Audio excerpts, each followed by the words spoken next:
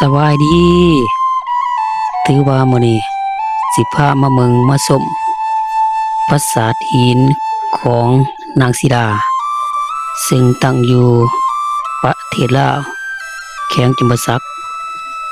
อยู่ข้างวัดผู้จำปาสักซึ่งเป็นมรดกโลก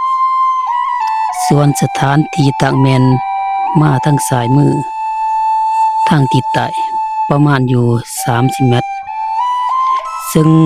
ตัวปราสาทเองแม่นสร้างขึ้นอยู่ในศตวรรษที่12สมัยโบราณการก่อการสร้างแม่นเป็นหินทั้งเบิดเนาะพี่น้องเป็นหินทั้งเบิดถือว่ามีความงดงามเป็นขั้นตอนเป็นขั้นดอกขั้นใดสง่างามทั้งหน้าก็สิเป็นหัวพญานาคหรือว่าหัวงูเนาะหัวงูส่วนสภาพที่ว่าอยู่อ้อมข้างแม่นเป็นผู้ที่อ้อมข้างมีต้นไม้ใบหญ้าอยู่กลางตรงหน้าสภาพทั้งในตัวปราสาทนี่แม่นสีขันเป็นบักเป็นตอนเป็นห้องว่าบางบอนก็แม่นได้หักพังลงแล้วสำหรับตัวปราสาท